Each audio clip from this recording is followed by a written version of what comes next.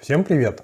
Сегодня поговорим о жизни в Узбекистане глазами приезжего. Не просто туриста, а именно человека, который приехал сюда из России и прожил здесь более полугода. Называются такие люди экспаты или релоканты. Мне эти термины не очень нравятся, но будем использовать их. Кто-то может сказать, что переехавших жить можно назвать немецким словом гастарбайтеры. Но это определение меньше подходит, так как гастарбайтер — это человек, переехавший в первую очередь работать на определенный срок. Но многие переехавшие сюда жить работают дистанционно. Вы на канале «Едем жить в Узбекистан».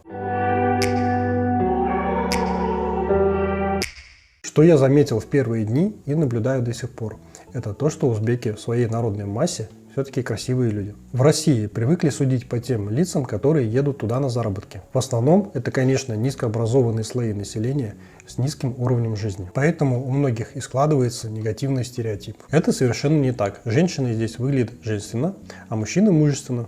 Женщины ходят с роскошными длинными волосами, пользуются косметикой. Большинство женщин в платьях. Чем старше, тем платье длиннее. Восточные девушки очень красивые. Ребята, как правило, стройные. Многие занимаются спортом и следят за собой. Сюда еще не пришло европейское мировоззрение комфорта в одежде, когда человек отдает предпочтение своему комфорту, жертвуя внешней красотой.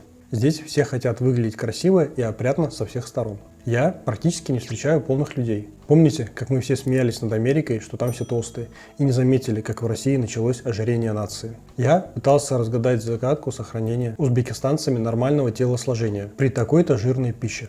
Так и не понял. Да, больше едят овощей, да, больше ходят пешком, но при этом плов, лепешки, курдюк, самса, пьют много газировки. Не знаю, узбекистанцы, раскройте нам свой секрет в комментариях. Почему вы не полнеете при таком сытном и жирном питании? Мне особенно нравится, как здесь уважительно относятся к престарелым. Старики ухоженные, красивые и очень часто улыбаются. Они тоже красиво одеваются, так как им обязательно помогают их дети. Тут так принято, старик не останется брошенный на произвол. Помните среднестатистических стариков в России? Давайте дам какую-нибудь картинку. А вот так выглядят старики в Узбекистане.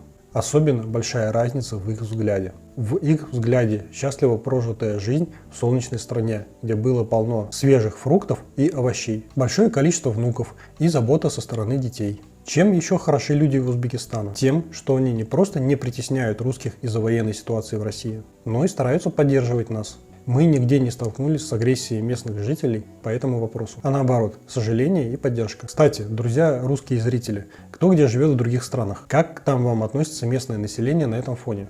Российская пропаганда пугает, что русские нигде не нужны и их везде шпиняют. Поделитесь, пожалуйста, мнением в комментариях.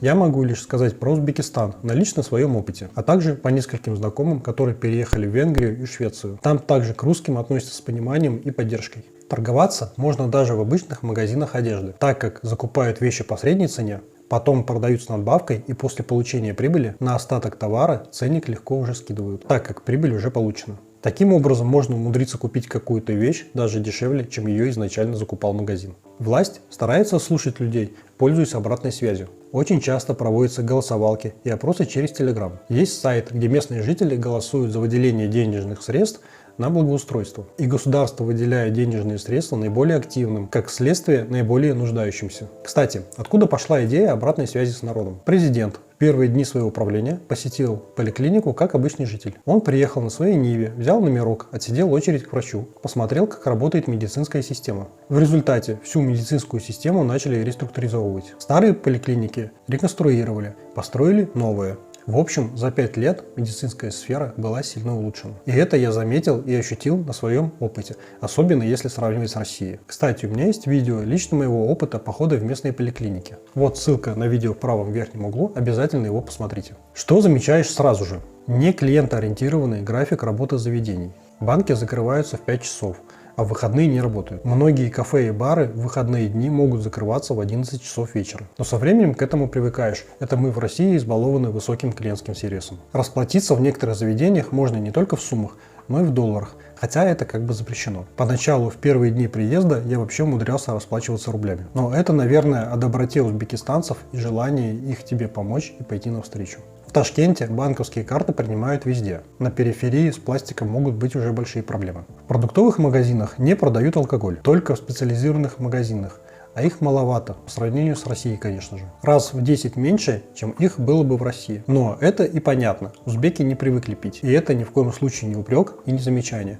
Просто в России очень много алкогольных магазинов. Хотя в Европе алкоголь продают даже на АЗС. Раз уж начали про алкоголь, то отметим, что существуют ограничения по времени его продажи. В зависимости от типа заведения это будет 9 вечера, 10 или даже 11 часов вечера. Поэтому бары и не работают в ночь. Хотя некоторые в туристических зонах имеют разрешение на круглосуточную реализацию спиртного. Более подробно о том, что запрещено в Узбекистане официально и неофициально, я рассказал вот в этом видео. И рекомендую вам его посмотреть. Когда вы покупаете что-то небольшое в магазине, вам обязательно дадут бесплатный пакет. Да, есть и платные пакеты, но в маленьких магазинчиках дают бесплатные маленькие черные пакеты. Даже если вы купили одну зажигалку или жвачку, вам ее положат в пакет. Я вот не знаю, реализовано ли такое в России, по-моему нет. Здесь есть электронный документооборот. Система eHAT. Очень удобная вещь, позволяющая обмениваться документами. Не только государственным учреждениям, но и организациям и даже частным лицам. Если кто-то заинтересовался, напишите, пожалуйста, вопрос в комментариях. И узбекистанцы помогут мне наиболее точно ответить по нюансам по этой системе. Кстати, что я заметил? В комментариях появляется недопонимание, кто такие узбекистанцы и кто такие узбеки. Это как россияне и как русские. Тот, кто родился на территории России, будет россиянином.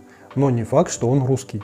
И также русский не факт, что он может быть россиянином. Если он, например, родился и живет в Узбекистане, то он русский узбекистанец. Поэтому понятие узбек и узбекистанец я разделяю. Да, в Узбекистане нет официальной религии. Большинство узбекистанцев исповедуют ислам.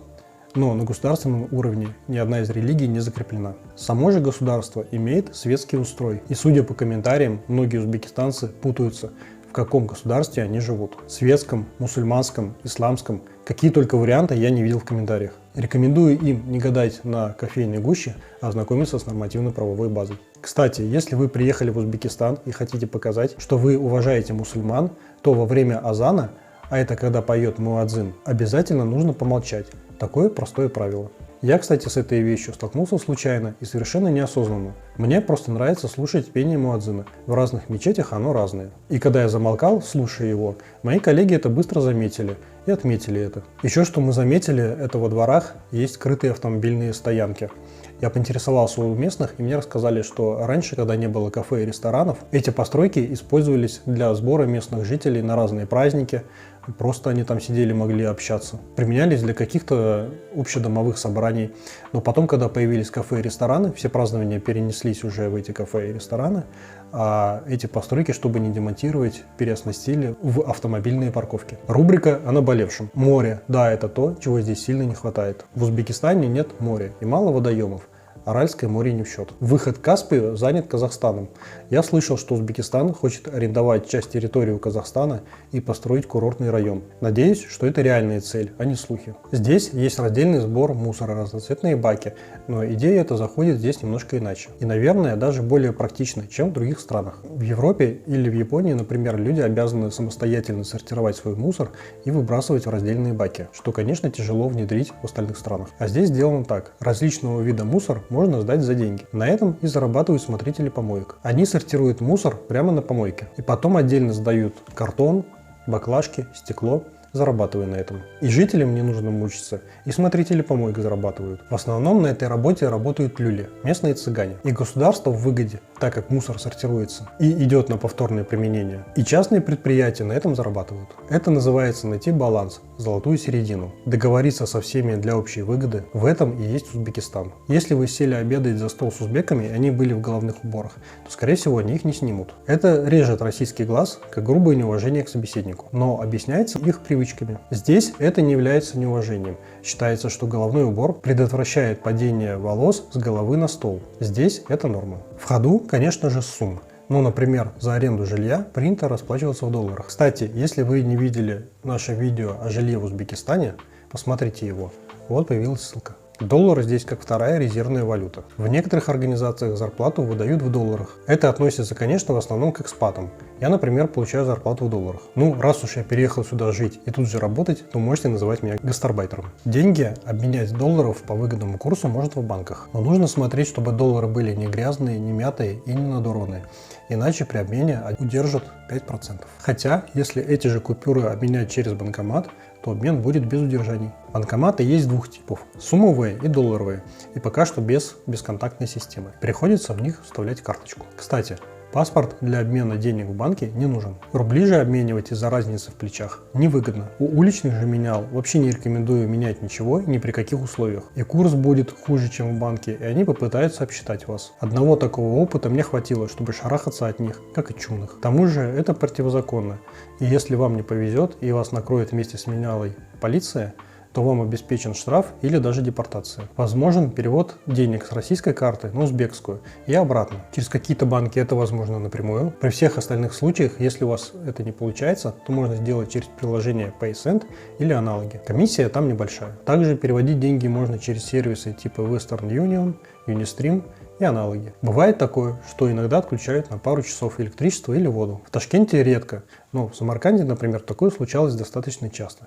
Причем по всему городу, иногда просто даже на сутки. Говорю, опять же, по своему опыту. Но я знаю, что сейчас активно ведется строительство малых ГЭС по всей стране. И на одной такой стройке я даже побывал. Кстати, недалеко от Самарканда. В гости не принято приходить пустыми руками. Учтите это, если пойдете в гости к узбеку. При этом то, что вы приносите, должно быть в двойном количестве, чтобы хозяин смог за столом вместе с вами это съесть. Например, вы принесли одну бутылку вина.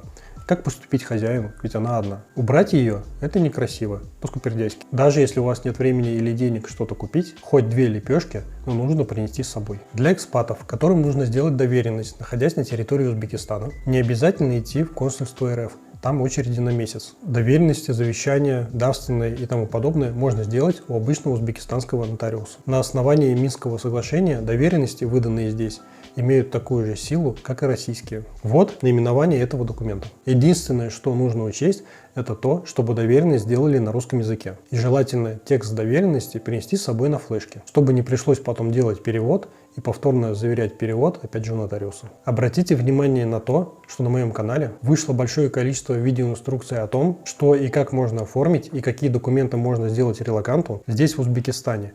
И, возможно, вы не видели эти видео. Обязательно посмотрите их. И не забудьте поддержать это видео, поставив лайк, если оно вам понравилось. И на этом на сегодня все.